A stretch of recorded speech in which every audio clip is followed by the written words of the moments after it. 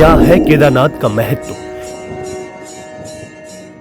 महाभारत युद्ध के बाद जब प्रायश्चित के लिए पांडव केदारखंड क्षेत्र में आए तो भीम को शिव ने भैंसे के रूप में दर्शन दिए। शिव वहीं भूमि में समा रहे थे, जिसके बाद भीम ने पूंछ पकड़ ली थी। जो अंश यहाँ पर रहा उसको केदारनाथ में शिवलिंग के तौर पर स्थापित किया गया। जिस पथ पर साधु संत चले, जिस पथ पर चलकर अब तक करोड़ों श्रद्धालु भगवान शिव के दर पर पहुंचे, वह पैदल मार्ग एक बार फिर से अपने प्राचीन स्वरूप में लौटने जा रहा है।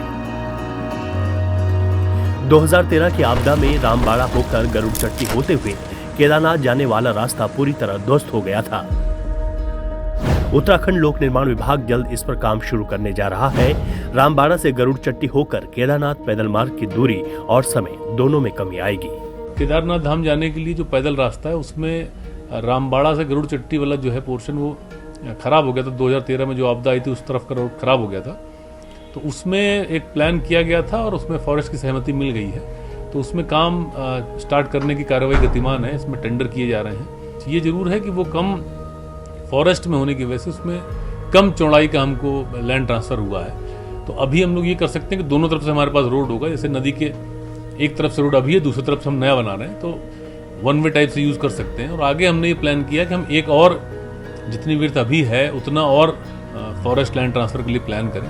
वर्तमान में जो सैंक्शनड है उसको तुरंत शुरू करेंगे, और क्योंकि अभी तो वहाँ बर्फ वगैरह गिर रही है, लेकिन बाकी प्रोसेस शुरू कर दिया गया। टेंडर वेंडर कर लेंगे हम लोग, जैसे ही सीजन मिलेगा इमीडिएटली शुरू करेंगे।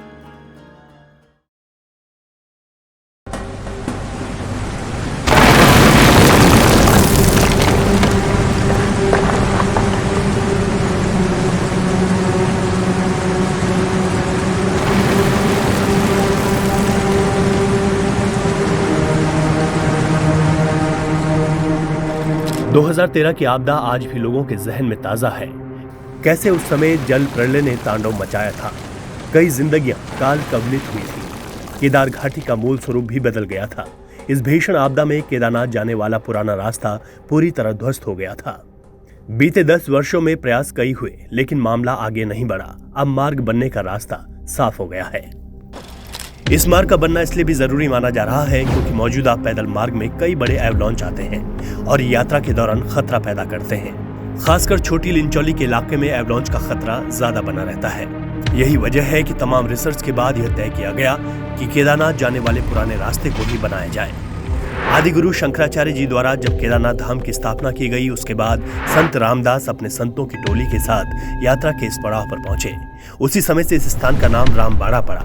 बाड़ा का तात्पर्य टोली से होता है। संतों की टोली को विशेष तौर पर बाड़ा कहा जाता है। पुराने मार्ग पर गरुड़ चट्टी भी आता है, जिसका जिक्र प्रधानमंत्री नरेंद्र मोदी ने भी किया। मोदी का गरुड़ चट्टी से भी आध्यात्मिक नाता रहा है। नरेंद्र मोदी जब राजनीति में नहीं थे, उस समय उनके द्वारा काफी समय गरुड़ चट्टी में बिताया गया है। गरुड़ चट्टी में मोदी ने साधना भी की। पीएम मोदी ने अपनी केदारनाथ यात्रा के दौरान पुराने मार्ग को पुनर्निर्माण करने का संकल्प लिया था। यहाँ की रुचि प्रकृति प्रवृत्ति के अनुसार ही इसका पुनर्निर्माण किया जाए।